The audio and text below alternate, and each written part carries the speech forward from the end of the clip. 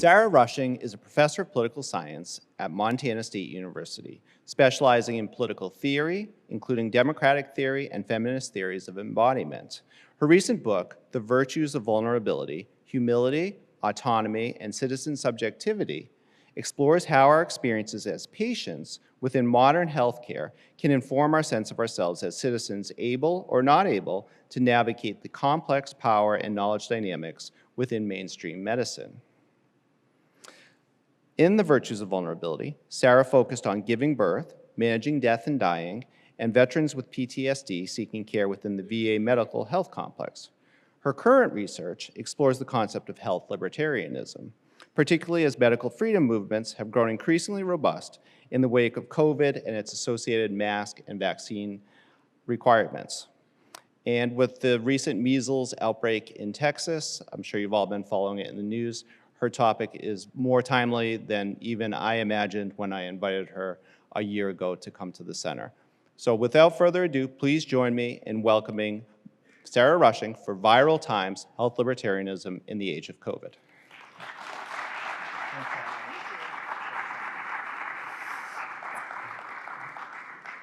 Thank you so much for having me. Thank you, Brian and Josh. It's really a pleasure to be here. And thank you all so much for coming out tonight on a big spring snowstorm, which, you know, we need the precip, but I know we're all over it by now. So I appreciate your being here.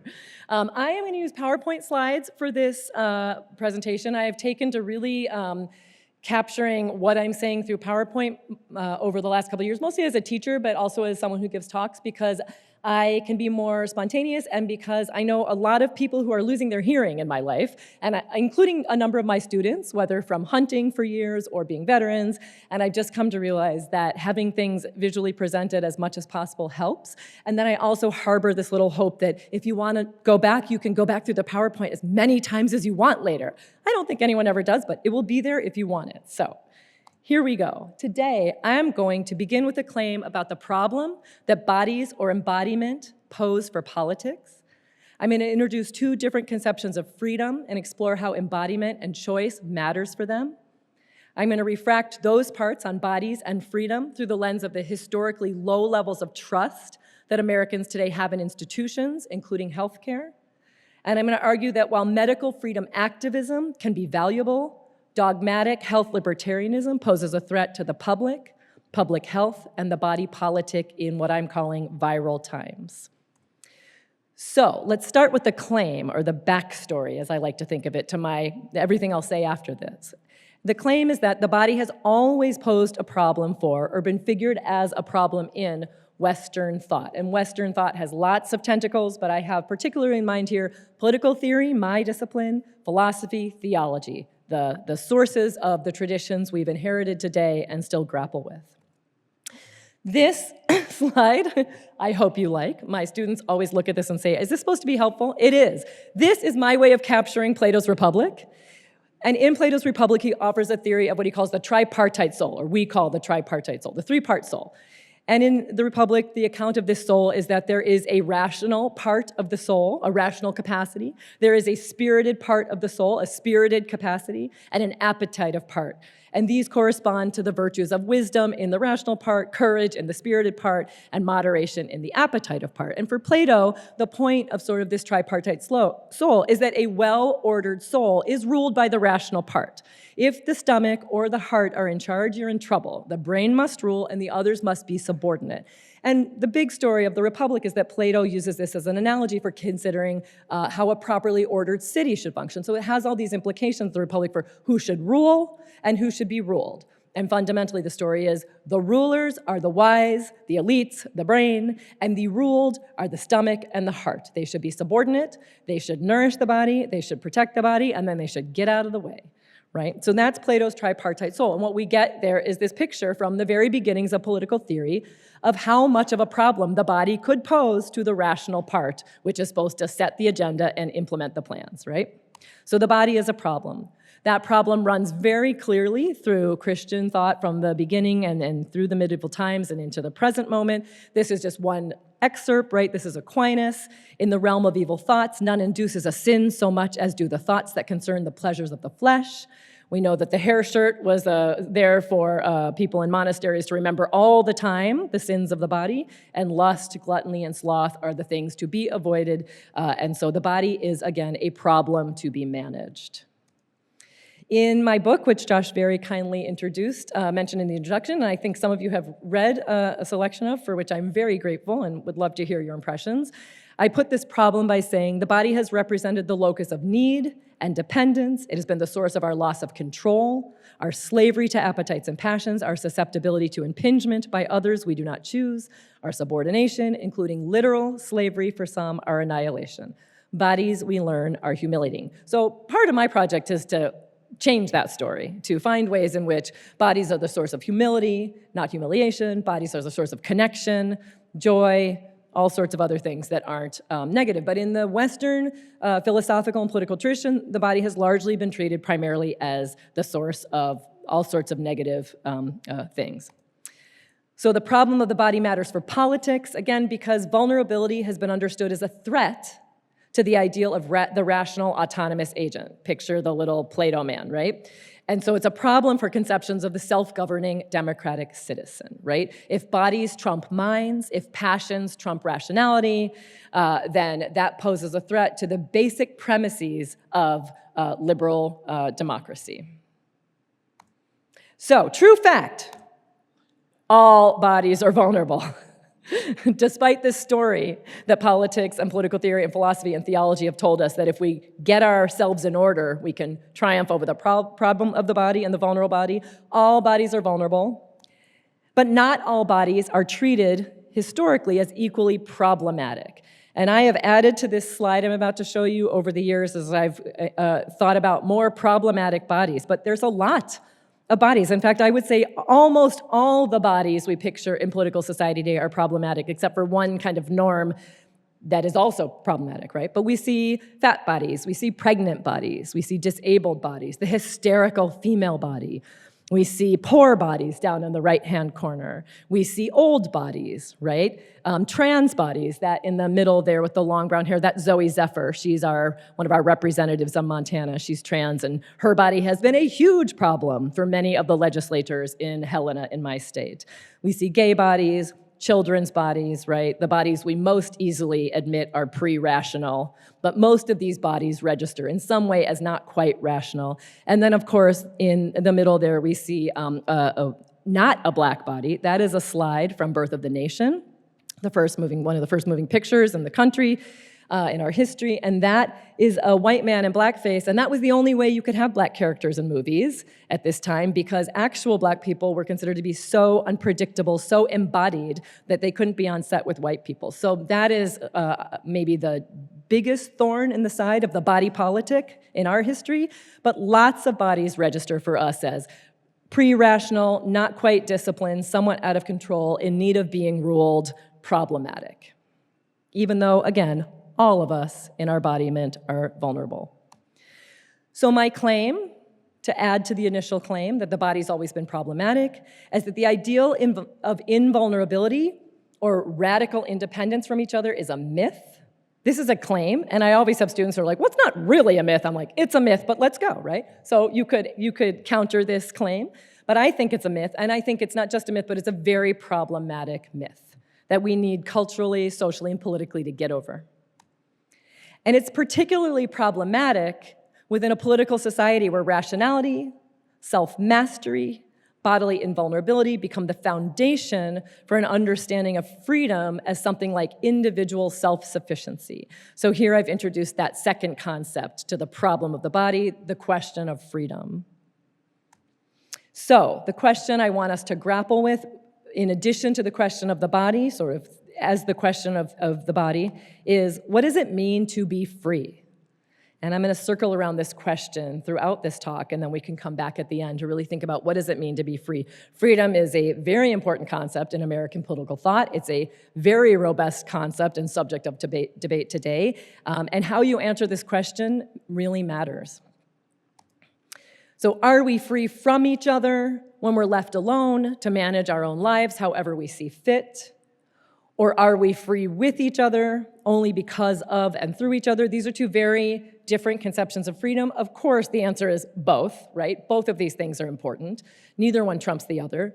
But in our traditions, the top answer, we're free from each other when we're left alone, has tended to get the most attention. And today, that is the answer, I think, on steroids in American politics, and really worth engaging with. So what does it mean to be free? And I will give you a little visual that captures how I think of this. Well, first I'll show you some additional reading if you want homework. These are two books that really capture these two different conceptions of freedom. So Relational Autonomy is a feminist philosophical account of freedom as a process and as a deeply supported process of coming to be able to accomplish things only with and through each other. So relational autonomy doesn't take autonomy as a status, but as a sort of an ongoing project we engage in over time and only with supportive conditions and networks. So our autonomy is something that has to be supported culturally, socially, intellectually, interpersonally. And so it's very much not the get out of my way and I'm free account. So that's that relational autonomy account. And then of course, the other end of the spectrum is the libertarian account. I am free when you leave me alone. Let me do my own thing, and that is what it means to be free. You live in Maine, I live in Montana. These are, we are M states bordering Canada, within which this conception of freedom is very robust and has what I would argue is a very important history, but again, can be problematic. So those are two conceptions, and if you want a little visual to help you remember them, that's relational autonomy, the Golden Girls, and that is, of course, the libertarian. I don't know if you guys have a license plate with this on it, but we do, and I'm sure you will soon. So don't tread on me. Or you can, think of the libertarian flag, which is the porcupine, right? Leave me alone. Okay, so that's one theory of freedom, but it isn't the only theory of freedom. Okay, so I'm going to talk a little bit about this concept of libertarianism, which I mentioned a second ago. So just in a nutshell, libertarianism is a political theory that takes the individual as its basic unit, maybe its only unit, holds freedom from external control as its deepest value, and sees anything beyond very minimal government power as its biggest threat. This is my definition. Again, there's no end of books you can read on libertarianism if you're interested, and you might get some variation in that definition, as you will in any political theory that political theorists within it will like to argue about, but this is my working definition for today. And there is, historically in the United States, right libertarian and left libertarian projects. So the right libertarian project is more economic. It has tended to focus on decreasing taxes and deregulating industry. Those are just two examples. Left libertarianism has tended to be more cultural and has focused on decriminalizing drugs and deregulating marriage. This is a bumper sticker I do still see sometimes in Montana. I used to see it much more. Libertarians keeping Republicans out of your bedroom and Democrats out of your wallet, right? So libertarianism has a lot of permutations. It's not easy to locate on the political continuum to the extent that there's anything like a continuum. If you picture kind of a four-square unit, it's a little easier when you're talking about social control and economic control. But it's a wily beast, libertarianism, because it pulls in people with some shared commitments and some very different commitments. This is some libertarian humor, because I think that hardcore libertarianism does really have limits. So this is someone whose house is burning down, right? And the fire department shows up and they say, no thanks, I'm a libertarian, right? And then this next slide, I think, I'm looking outside and I'm hoping it stops snowing and by the time you drive home it'll be better. I'm hoping we don't wake up tomorrow to this. But I love this slide. This slide, I'm sure, resonates with people in Maine. It resonates a lot with people in Montana. The libertarian theory of snow removal. Like, you can do a great job shoveling your own driveway, but if there's no coordinated effort, you're not gonna be able to go anywhere, right? So, caw-caw! That's my eagle sound. Are you awake? Freedom or not, right? So what does it mean to be free? The libertarian ethos, again, runs way back in the history of American politics and culture. And again, there's a lot to be valued in this impulse towards self-sufficiency and independence. This is Alexis de Tocqueville, who came to the United States in 1830 and 31 and traveled all around the United States observing democracy in America, which is the title of the very large and really awesome 2-volume book he published in 1835. But about this aspect of the American grain, he said, Americans were interesting. They owe nothing to any man. They expect nothing from any man. They acquire the habit of always considering themselves as standing alone, and they are apt to imagine that their whole destiny is in their own hands. Some of the observations Tocqueville makes in Democracy in America are like, what? And some are like, this is cool. And really, his project was to come over and understand how democracy worked so we could go back to France and say, look, I'm pretty sure democracy is sort of politically inevitable, and we can channel it in productive and positive ways, or we can be overrun by mob rule. And so what can we learn from the Americans who have now been living in this system for 30 years, or plus or minus, right? And figure out how to do the best we can with democracy as it comes into France. So these little symbols at the bottom are my way of reminding myself that when I first moved to Montana 20-some years ago, I remember after I'd been there for a couple years, some like Facebook survey went around that was like, these are the 50 things any self-sufficient person should be able to do. And I was like, yep. I was so proud, I couldn't do all of them, but I was proud, like, I can change a tire, right? I can work on my car. I can sew a button on. That was one of those. I was like, God, do people not know how to replace their buttons? Most people don't. I could sew a button on, right? So I was like very pleased with this kind of independent capacity I had. And no shade to my friends who were in California at the time, but I like posted this on my Facebook feed, like, these are the ones I could do. And a lot of people were like, why would you want to do that? Why would you want to do that for yourself? You could just pay someone to do that. Like, you don't need to be self-sufficient. But Montana was like, why would you ever pay someone to do that, right? This is so there's a pride there that I value. And I will say that I went and Googled this the other day because I was like, well, I wonder what was on that little thing. I wonder if I could find that again and see what those things were and see like how I do today. But all the things I found when I Googled like 50 things a self-sufficient person should be able to do it was a different tone. It was much more radically individualist and libertarian. Can you grow all your own food? Can you defend your castle? It was much more survivalist and much less like plucky Girl Scout. So I think there's been a cultural change there, and I think that's important. This ethos runs through American history, and it will no doubt run through our future, but it has different permutations, and it entails different skills, commitments, values, connections. So what does it mean to imagine that your whole destiny is in your own hands? And of course, in 2020, we got struck by a global pandemic that doesn't know where your skin ends and mine starts, or your border ends and mine starts. And I found this slide. I thought this was just great. The people that got to 2022 without catching COVID, like, what does it mean to have the freedom of having your whole destiny in your own hands? This is, I'm pretty sure, from The Walking Dead. Is anyone, or like Fear of the Walking Dead, or The Night, I mean, there's a lot of Walking Dead spin-offs, but I mean, this is the zombie apocalypse. So COVID wasn't quite the zombie apocalypse, but it does kind of raise the question of what it means to be in charge of your own existence. And a global pandemic really throws all our ideas about that into question. So, are individualistic societies worse at responding to pandemics? We've been trying to figure this question out since 2020.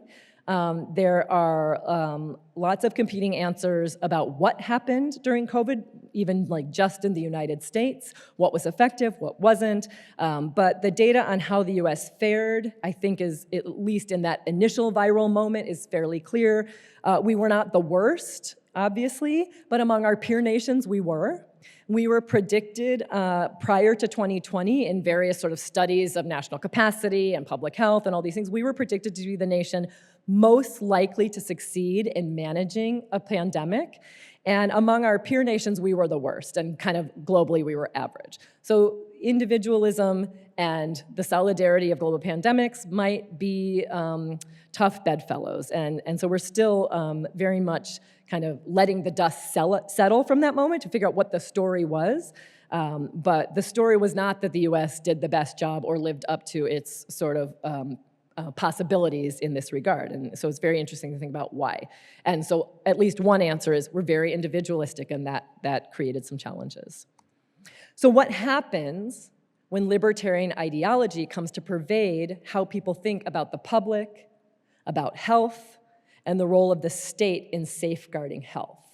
And this is a question I've been circling around for a couple of years, and again, I called this talk Health Libertarianism in Viral Times because I'm now convinced that viral times will characterize how we are for a long time, whether it's about COVID or, as Josh mentioned, measles or other public health threats that really challenge our political capacity to deal with them. So what does it mean when libertarian ideology, at least for part of the body politic, becomes the common sense? And then we have to handle large collective action problems, particularly regarding health. I'll come back to this in a second. This is just a very recent press release about the president's Make America Healthy Again Commission, which was established about a little over a month ago, and from that date has 180 days for the commission to issue a sort of strategic plan, a report. What does it mean to make America healthy again? There's lots of conjecture about what will be in that report, and there's some kind of preliminary documents that came out around the time of this release showing what those priorities will be. There's a lot about the priorities that I think are good. The ends, I think, are important ends. The means, I think, are questionable, but we'll come back to that. But we don't need to look, we can look in the recent history to see some language about how people are thinking about what it means to make America healthy. This is John Mackey, the Whole Foods founder, and this was a 2009 Wall Street Journal editorial he published, so very much a response to Obamacare. And Mackey said, rather than increase government spending and control, we need to address the root cause of poor health. This begins with the realization that every American adult is responsible for his or her own health.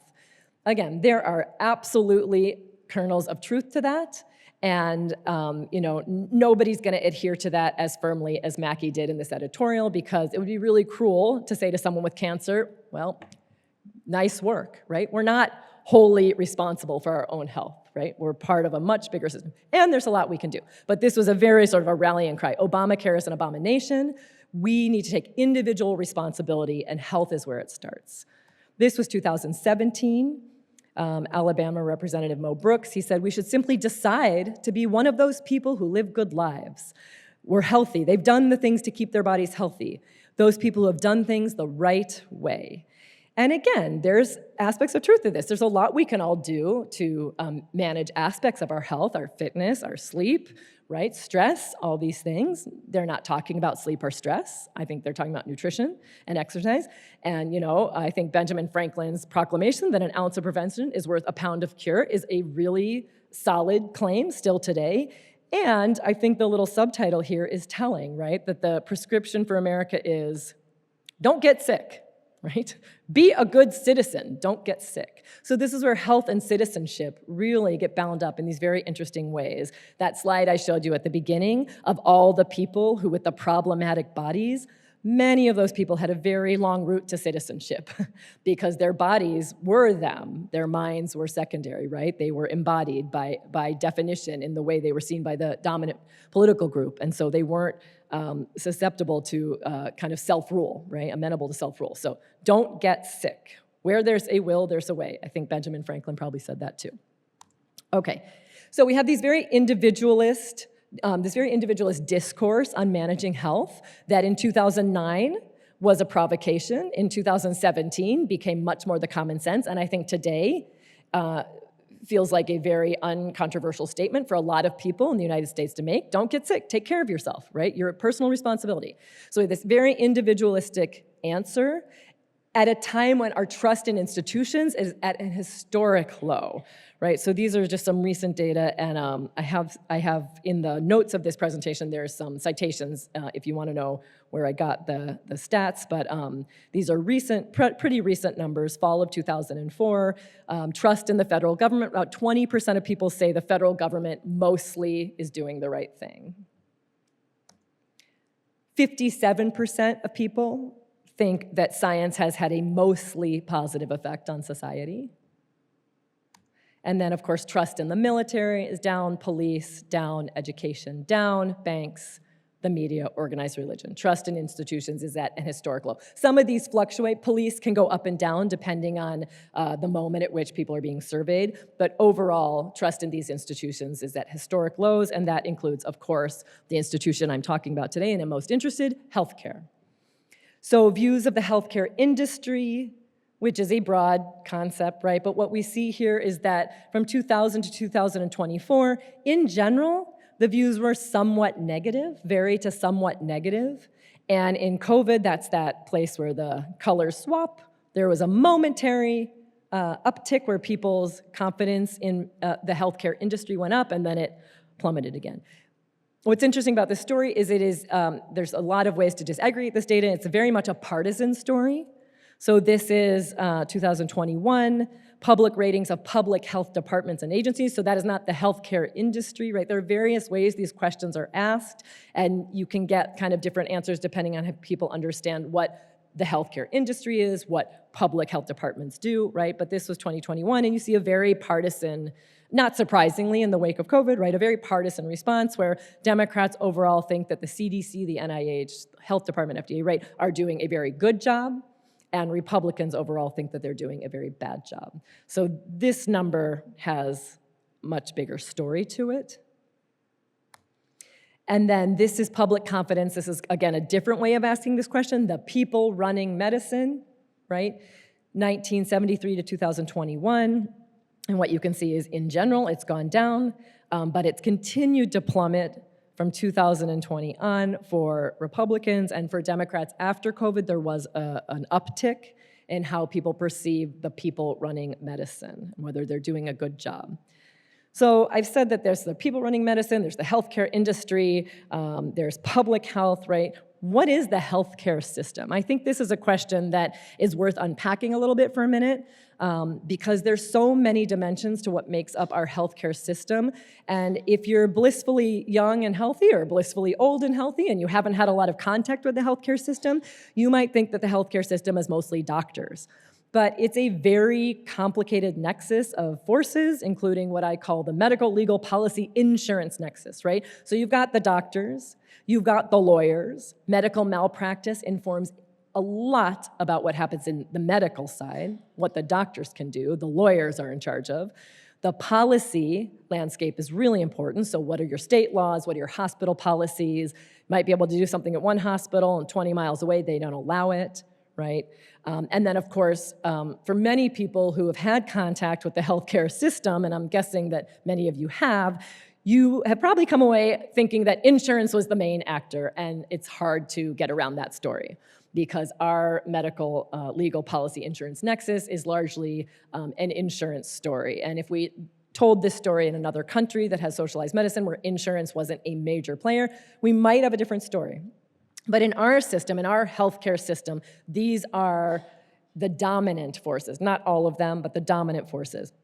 It's not working very well. Our system is very costly, both as a system as a whole and then individually. Care is obviously, again, informed by many non-medical factors. Access is not guaranteed. And the patient experience is often unsatisfactory. Although I'll say one of the only metrics that we tend to do well on compared to our peer nations, everyone, you've heard, I'm sure, the discourse, America has the best healthcare system in the world. We're like 38th or 39th, we might be lower today, but we do rank well on one thing, and that is care. So there is a sense that the interpersonal connections are meaningful to people, but it doesn't necessarily mean you get what you want. And so patient satisfaction surveys coming out of hospitals are pretty bad. So the system's not great, but this is what the system is. This is what we're asking people to comment on, right? And then I want to unpack the other key concept here that, again, if you've had intimate and long-standing connections with the healthcare system, you might have thought a lot about this. But at least when I'm talking to students or other young people, I take for granted that many of them have not been a patient, right? And so what is a patient? What is the patient? It's from the Latin root of pati, to suffer, or patentius, suffering. Historically, the patient in the sort of benevolent, paternalist story of medicine, where you have this all-knowing, kind, caring authority figure of a doctor caring for the patient is the one who suffers well. And well typically means quietly, patiently, humbly, obedient to the authority of the benevolent medical expert. This benevolent paternalism story still rears its head in medicine all the time, but typically not in public relations documents. This is not the way we talk about the patient anymore today. We are telling a very different story. It's a very important change in the story we tell. The story we tell about the citizen today, the patient today, is that they're a citizen, right? The patient is an activist, they're a self-advocate. Again, this is a kind of an entrepreneurial, individualist story again in many ways, but it's an important shift from I'm the authority and this is what you get, and I'm the patient and I'll just be grateful.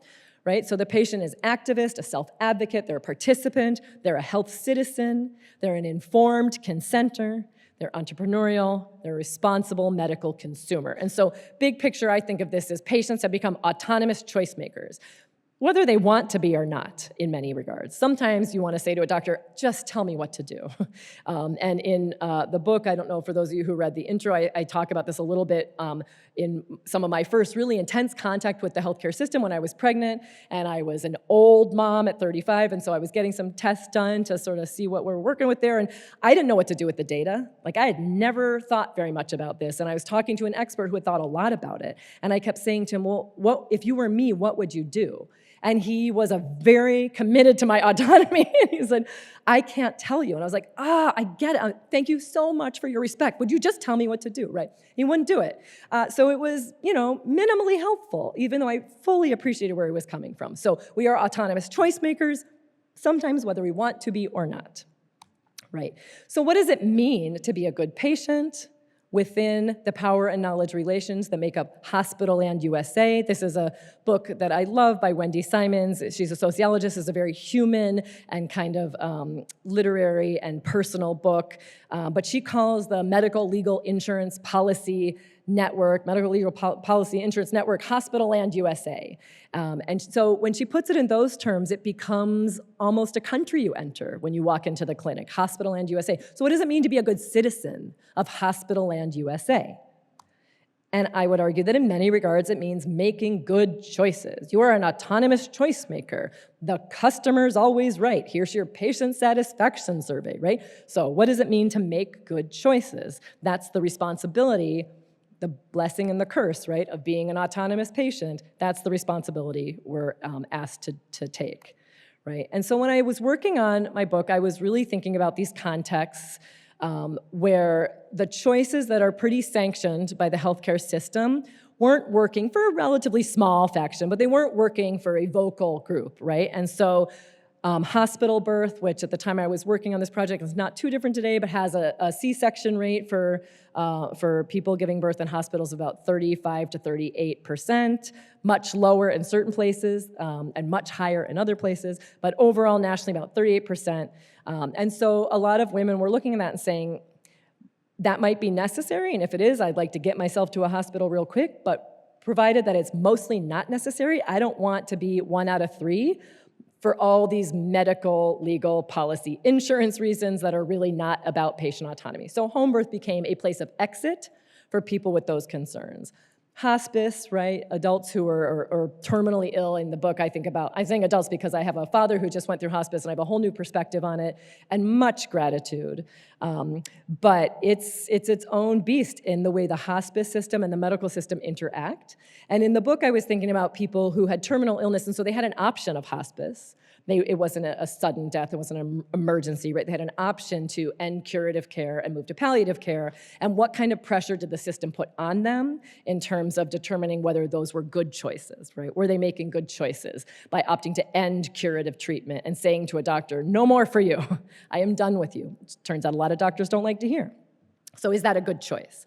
And then the third context I was working in was veterans who were navigating the VA mental health system, which many of the ethnographies I was drawing on at the time were looking at veterans in the early 2000s dealing with a highly medicalized context where it was super pharmaceutical and very intensive therapies that they were not feeling they were benefiting from or really wanting, and feeling like, do we have any choice? Or as veterans, are we just so lucky to have this free healthcare, but we really don't have any choice in what it looks like? And so a number of veterans were lobbying for places of exit from the VA, namely sort of more alternative remedies, natural remedies, immersive wilderness experiences, the use of intensive medication and yoga. Did I say medication? Meditation. Meditation, not medication, is a nice way to think about it.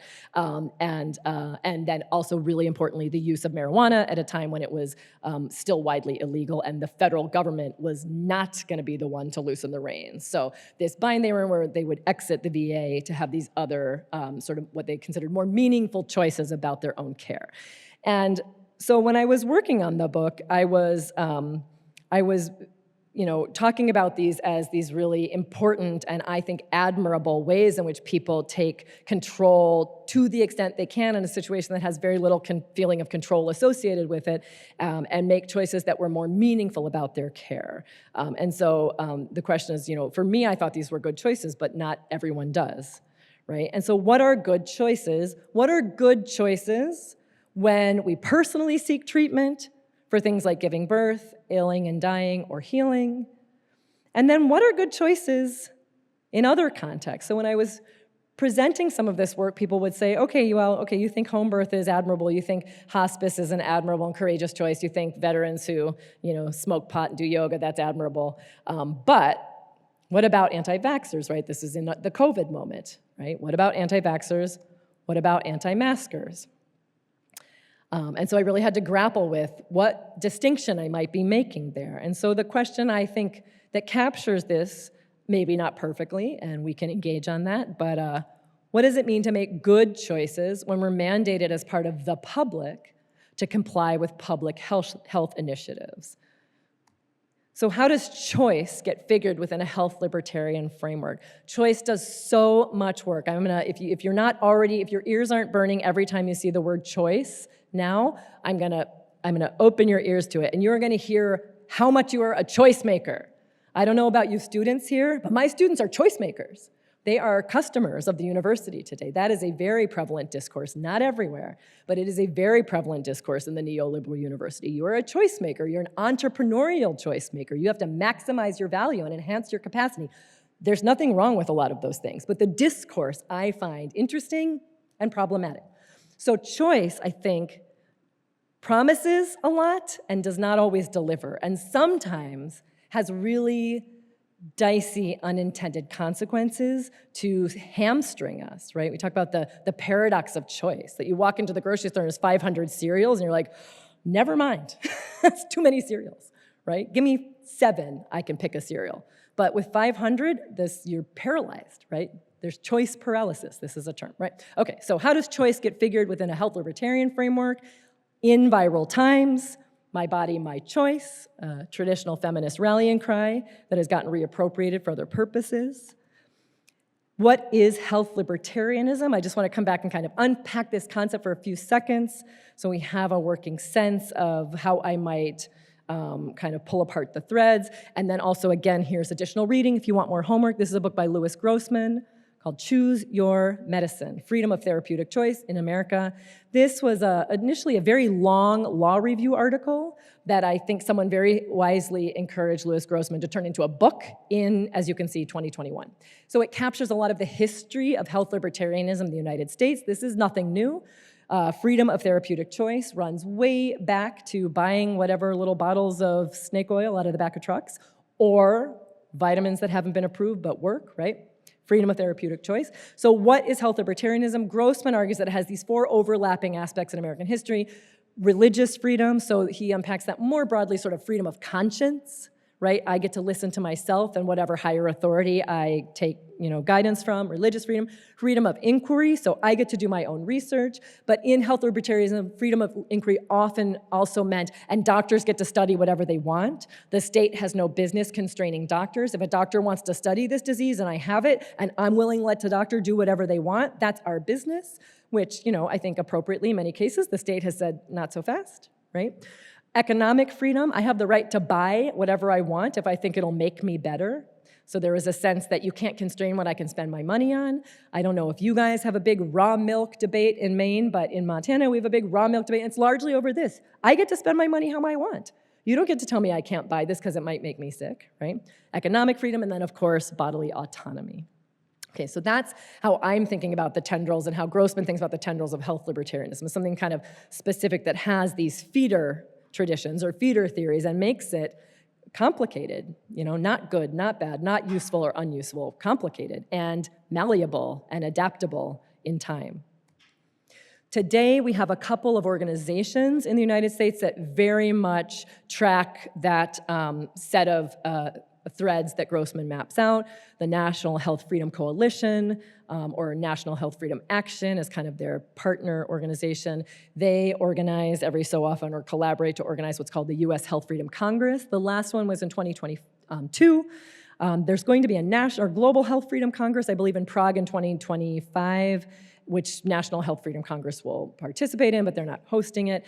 They say, as at least part of their mission, is to promote access to all healthcare information, services, treatments, and products that the people deem beneficial for their own health and survival. So very much a populist movement, right? Individualist, but populist. The people get to say, right? Each of us individuals as parts of the people should get to say what we need to know about and what we want to be able to take for our own health and survival. And the things that they focus on are things like food freedom, vaccine choice, parental rights in medical decision-making, mercury in dentistry, water fluoridation, on and on. So, and including, right to refuse laws. I won't be vaccinated. Or right to try laws. I don't care if ivermectin is a horse dewormer. I want the right to try it because I think it might cure my COVID, right? And then also things like licensing and regulatory exemptions. One of the things that's really interesting about Grossman's book is he tracks debates about whether doctors should have to be licensed. This debate has largely been settled for well over 100 years. But prior to the Civil War, there was about a 30-year period where medical freedom activists prevailed politically, and the licensing regulations for doctors were out the window. And they came back slightly after the Civil War. So, and today, of course, it's licensing for homeopaths, naturopaths, Ayurvedic practitioners, etc. Okay, so that's kind of to get a handle on what is health libertarianism, what form does it take in contemporary politics today, and what are the people I think of medical freedom activists or health libertarians in the vein I'm considering, what are they focused on, right? And then, of course, to go back to the Make America Healthy Again Commission, founded, again, about a month ago with 180 days to come up with a strategic plan. These are the main pillars to the extent that I can, they've been talked about and sort of codified. The report in, 150 days will clarify what the commitments of, what the kind of strategic goals are. But as they've emerged so far, they're tackling the chronic disease epidemic in the United States, particularly among children, advancing regenerative agriculture, protecting natural habitats, exposing corporate corruption, and eliminating environmental toxins. And I read this and I'm like, okay, that's awesome. There's not a thing on this list that I don't get behind. Advance regenerative agriculture? Yes. Protect natural habitats? Absolutely. Like, this is great. I think the devil's gonna be in the details, friends. Robert F. Kennedy Jr., our Secretary of Health and Human Services, is not allowed to touch oil and gas as part of the Make America Healthy Again project. He's not really even allowed to talk about it, but it's certainly not allowed. So, that makes a couple of these questionable. He has, for a long time, spoken prominently about mercury poisoning in fish and in other forms, and just last week, the US government lowered standards for mercury poisoning, so I'm guessing he's not gonna be allowed to talk about mercury either. The focus in that I gather is gonna kind of define this plan is childhood chronic disease, but the words vaccine and poverty do not appear anywhere in the plan to date, and I highly doubt they'll show up in the strategic plan in a couple months. The plan reads, it's the policy of the United States to put patients first and ensure they have the information they need to make well-informed healthcare decisions. And at the same time as this report was being released to the news, Robert F. Kennedy was saying that vitamin A and cod liver oil are effective treatments for the measles. So I'm actually extremely excited about all of these things and not very optimistic about the Make America Healthy Again plan. This is old data already. I looked up the numbers today. There's now around 380 cases of measles across about 20 states. And I know that our students just came back from spring break, and yours just came back from spring break, and I hope the measles story is over. I am not optimistic. Okay, so what does it mean to make America healthy again, right? The plan is called Make America Healthy Again, but it's really about making Americans healthy again, right? What does it mean to make America healthy again? I love to ask this question as I think about the problem of the body and the problem of embodiment. We also have this concept in political theory that runs all the way back to Plato and really comes to the fore in Hobbes' Leviathan, but Plato's little tripartite soul is, again, an analog to the body politic, right? Is the body politic sick? And if so, with what? And what's the cure? I don't have an answer to this question, by the way, but I love asking people this question because you get really interesting answers. This is the typical cover to Hobbes' Leviathan. And what you are seeing here is Hobbes was partial to a king. Hobbes was one of the originators of the social contract theory, so he did think that the authorization of sovereign power had to come from the people, but Hobbes thought it should be a one-time bargain, and it went to a king because one guy deciding was safer, in his opinion, than democracy, the decision of the people. He was like, that's a nightmare. And even a small assembly, he said, had the risk of getting chaotic, fractious, or oligarchical. So Hobbes was partial to a benevolent monarch who had the health of the whole body. Again, the brain is tending to the whole of the body, which is subordinate to the brain, right? So we're right back with Plato. And in the end of book 2, Brian's probably going to correct me on that, but I think it's book 2 of Leviathan, Hobbes, who's gone in a very boring and meticulous way, made his argument over hundreds of pages. And then you can see that he's like, okay, and if that doesn't work, be afraid. And he resorts to fear. And what he does is he talks about all these diseases that the body politic could get. And he talks about like too much land, right? Which is like, the one disease. And something else is mumps. And something else is pleurisy. And something else is, so he has all these concrete diseases that he talks about. The pus and the phlegm, right? So he's really trying to like gross people out. Like if this grosses you out, then you need to think of us as a body. And our goal is to keep this body healthy. And for Hobbes, that largely means, so staying in your lane, right? Don't contradict the sovereign. Don't get any ideas that you're in charge. And in a well-ordered polity, you'll have lots of freedom, is Hobbes' ultimate vision. You'll be able to do what you want because we won't be at war all the time, right? That's his take-home. Peace is the preeminent condition for a good society. And if you don't have peace, you can never have freedom. So this is the story Hobbes tells, and these are all the little bodies. And we can think about the body politic as its own kind of body. And we can ask this question, is it sick, and if so, with what? My favorite answer to date is autoimmune disorder, right, where the body is attacking itself. Okay, so what are the necessary conditions of being meaningfully free? How does the reality of living in viral times inform how we answer that question?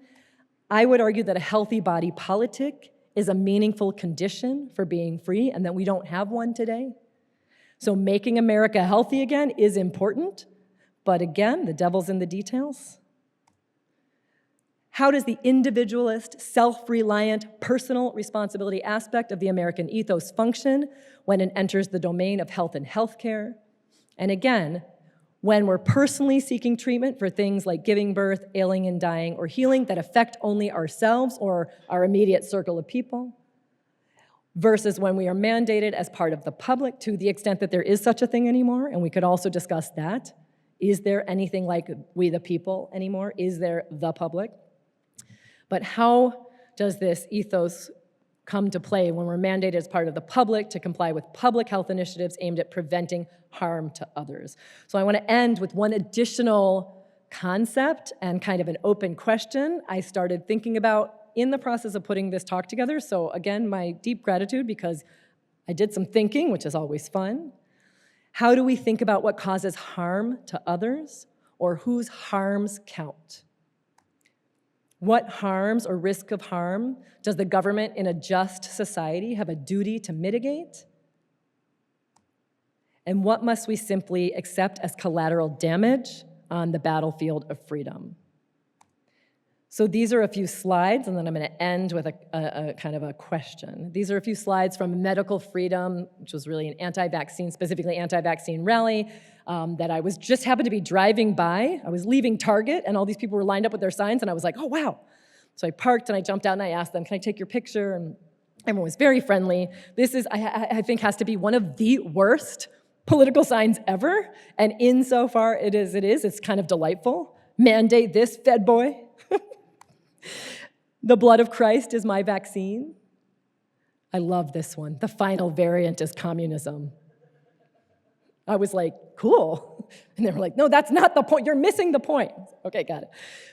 So these are the medical freedom activists in my state who today have taken up other causes. And this is where I think health libertarianism is a wily beast.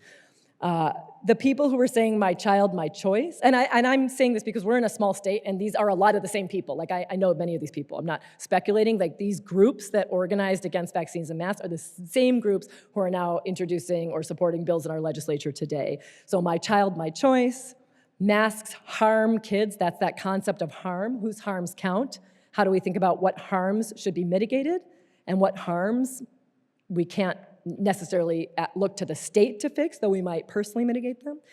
So those folks are now the people introducing bills that threaten to put parents in jail for allowing their children to get gender-affirming health care if their children are trans, right? So this bill was just heard on Friday, so the story is an open story. I don't know how the judiciary committees in the Senate and the House are going to vote on this in Montana, but it makes it a felony for adults, so healthcare providers, teachers, parents. But of course, the people who are under fire here are really parents and healthcare providers, despite the fact that people think teachers provide gender-affirming care. It's not happening, right? So make it a felony for them to provide medical support to trans youth. Makes it an offense for any person to knowingly procure or provide treatments aimed at altering a child's appearance or affirming their perception of gender when is inconsistent with their biological sex. So, you're welcome to take your 14-year-old to get a nose job, but you cannot have gender-affirming care for a trans child. So it's very specific. It is totally unconstitutional. It will not stand up. It's the 4th time this bill has been introduced in my state. I know you have similar ones in Maine. And so I find this very interesting. My child, my choice, but not for you, right? So I think this is really a fascinating twist in the last couple of years, maybe just the last couple months, but these bills have been afoot for years. And I want to think about how to think about that, what I see as a fundamental tension. So what I want to end by asking you to think with me about is, are we seeing what I had previously thought of as a shift from medical freedom to health libertarianism? And the way I was thinking about that shift was that medical freedom activism goes way, way back in the United States. It is a relationship with the state, but medical freedom activism, as I think of it, starts with the medical freedom concern and goes to the state to either say, make this happen or stay out of my way. And health libertarianism, I've been sort of positing and formulating, I'm open to critiquing this, says the state is a problem, freedom is preeminent, and we can pursue this battle in lots of domains: healthcare, education, prisons, lots of domains, right? So health libertarianism starts out as an anti-state project, which it takes to health to fight, and medical freedom starts out as a health project, which it goes to the state to work out. I'm arguing that, and I'm on the fence. And now my thinking's changed. So have we already made that progression? And now is what we're seeing nationally in places like Montana and places like Maine and pretty much every state, a shift from health libertarianism to what I would call libertarian authoritarianism, which sounds like a contradiction in terms, but I actually think is a thing, right? So from principle, the state is the problem, stay out of my way, for me and you and you and you, to power. So libertarian authoritarianism, I'm thinking of as something like my body, my choice, but not you. My freedom, but not you. Freedom for me, but not for thee. Is this a thing? Does this accurately capture one of the problems plaguing our body politic today? And what do we do about it? So if libertarian authoritarianism is ascendant and healthcare is one major domain where it's going to play out, how do we think about health? How do we think about bodily autonomy? And how do we think about the democratic body politic going forward? Thank you.